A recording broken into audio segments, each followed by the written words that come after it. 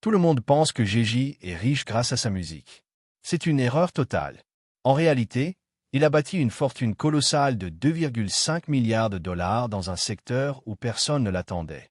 Le champagne de luxe, le cognac premium et même le streaming musical. Pendant que vous pensiez qu'il gagnait juste des millions avec ses albums, Gégé contrôlait déjà une marque de champagne vendue partiellement à LVMH pour 640 millions, possédait un cognac valorisé à 3 milliards de dollars et avait créé un empire de management qui représente les plus grandes stars mondiales. À la fin de cette vidéo, vous comprendrez la stratégie exacte qui lui a permis de passer de dealer de drogue à Brooklyn à premier rappeur milliardaire et musicien le plus riche du monde. Restez jusqu'au bout, parce que son secret ne se trouve pas dans ses albums. 1969, Sean Corey Carter naît dans les Marcy Houses, l'un des pires projets HLM de Brooklyn. Son père abandonne la famille quand il a 11 ans. À 9 ans, il assiste à son premier meurtre. À 13 ans, l'épidémie de crack ravage son quartier et il commence à vendre de la drogue. Sur le papier, c'est le pire des départs. Mais voilà le déclic. Il réalise qu'à travers le rap, il peut raconter son histoire et s'échapper. Mais pas comme les autres. Il ne veut pas juste être un rappeur qui gagne de l'argent. Il veut posséder l'industrie. Sa carrière musicale, ce sera juste la rampe de lancement. Son empire business, c'est ça, le vrai objectif. C'est là qu'il a décidé de transformer chaque opportunité en propriété. Et son premier move, en 1996, ne trouvant aucun label prêt à le signer, il crée son propre label, Roc-A-Fella Records avec Dame Dash et Karim Biggs Burke. Pas de vie de star qui claque tout dans les voitures. Pas de dépenses folles. Juste une vision claire. Je ne serai pas un employé de l'industrie musicale. Je serai le patron. Regardez ce qui s'est passé avec sa carrière musicale. En 1996, il sort son premier album Reasonable Doubt. Culte instantané. Mais voici le génie que personne ne voit. En créant Roc-A-Fella, Gégé possède ses masters. Ses enregistrements originaux lui appartiennent. En 2004, quand il devient président et CEO de Def Jam Recording, il négocie l'impossible. Il récupère tous ses masters. Puis il signe un deal séparé avec EMI pour contrôler ses droits de publication. Aujourd'hui, son catalogue musical vaut seulement 95 millions de dollars selon Forbes. Seulement, parce que sa vraie fortune ne vient pas de la musique. Entre 1996 et 2013, Gégé sort 13 albums numéro 1 au Billboard 200. Il bat le record d'Elvis Presley. Il vend plus de 140 millions d'albums dans le monde. Il remporte 25 Grammy Awards, record absolu pour un artiste hip-hop. Mais pendant tout ce temps, il construit son empire parallèle. Et personne ne comprend encore. Roc Nation, c'est le cerveau de l'opération. Fondé en 2008 en partenariat avec Live Nation, c'est bien plus qu'un label de musique. C'est une agence de management qui représente Rihanna, DJ Khaled, Megan Thee Stallion.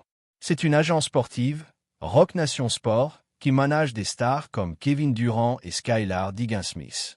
C'est une boîte de production cinéma et télé qui produit pour Netflix et HBO.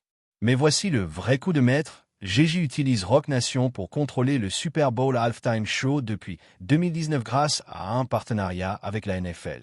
Ce n'est pas juste du prestige. C'est du pouvoir. Il décide qui performe devant 100 millions de téléspectateurs chaque année. Valeur de Roc Nation selon Forbes, 75 millions de dollars. Mais son influence, inestimable. Investissement numéro 1, Rocawear. En 1999, Gégé lance sa ligne de vêtements streetwear avec Dame Dash. En 2007, il vend Rocawear à Iconics Brand Group pour 204 millions de dollars mais garde le contrôle marketing. En 2019, quand Iconics fait faillite et l'attaque en justice, Gégé rachète les droits intellectuels pour seulement 15 millions. Profit net, environ 190 millions de dollars. Investissement numéro 2, Armand de Brignac Champagne.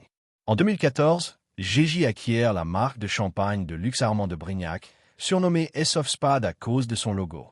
Bouteille dorée, prix premium, clientèle de célébrité.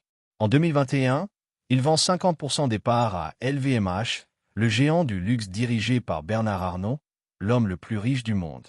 Valorisation de la marque, 640 millions de dollars. Gégé empoche environ 315 millions cash et garde 50% de propriété. Sa part restante aujourd'hui, plus de 320 millions de dollars. Investissement numéro 3, Ducé Cognac. En 2012, Gégé lance Ducé en partenariat avec Bacardi. Il possède 50%, Bacardi possède 50%. En une décennie, D'USSÉ devient l'un des cognacs les plus vendus au monde. En 2023, après une bataille juridique intense où Gégis réclamait que sa part valait 1,5 milliard alors que Bacardi proposait seulement 500 millions, il trouve un accord. Bacardi rachète la moitié de la part de Gégis, soit 25% du total, pour 750 millions de dollars. Valorisation totale de D'USSÉ, 3 milliards de dollars. Gégis garde 25% de part, ce qui vaut aujourd'hui 750 millions de dollars supplémentaires. Total de son empire spiritueux, plus de 1 milliard de dollars rien qu'en champagne et cognac.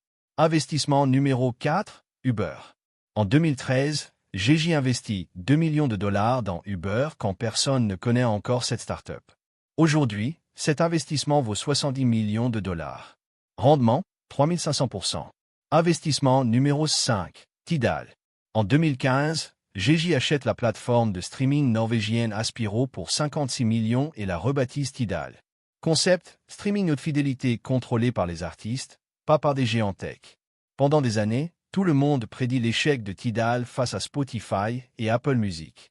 Mais en 2021, Gégis vend Tidal à Square, devenu Block, la société de Jacques Dorsey, cofondateur de Twitter, pour 300 millions de dollars.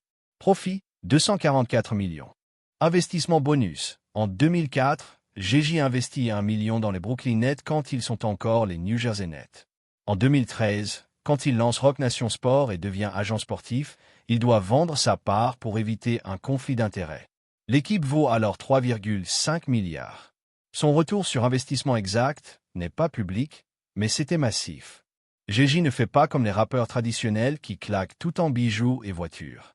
Il suit un modèle de mogul visionnaire, posséder ses masters et ses droits. Ne jamais être employé, toujours être propriétaire. Vendre au bon moment mais garder une part. Diversifier, spiritueux, tech, sport, art, immobilier.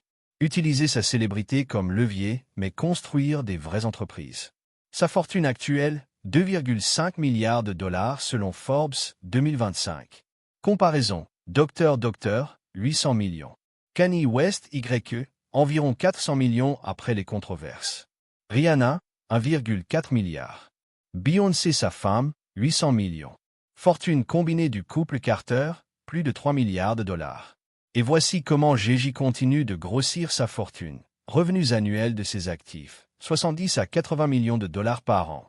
Collection d'art, 70 millions, notamment des œuvres de Jean-Michel Basquiat. Immobilier avec Beyoncé, 350 millions, dont un manoir à Malibu acheté 200 millions en 2023, l'une des transactions les plus chères des États-Unis. Investissement tech, Block, SpaceX, Marcy Venture Partners qui a investi dans Savage X Fenty de Rihanna et Terabody. Contrairement aux artistes qui gagnent des millions mais restent employés de labels et sponsors, Gégis possède ces entreprises. C'est la différence entre avoir de l'argent et construire un patrimoine générationnel. En 2025, même Gégis fait face à la pression. Le marché du streaming musical est dominé par Spotify et Apple. Tidal a été vendu. Les marques de spiritueux de célébrités saturent le marché. La concurrence est féroce. Mais voilà pourquoi sa stratégie le protège. Gégis a des revenus diversifiés sur 6 industries différentes. Musique, spiritueux, management, tech, art, immobilier.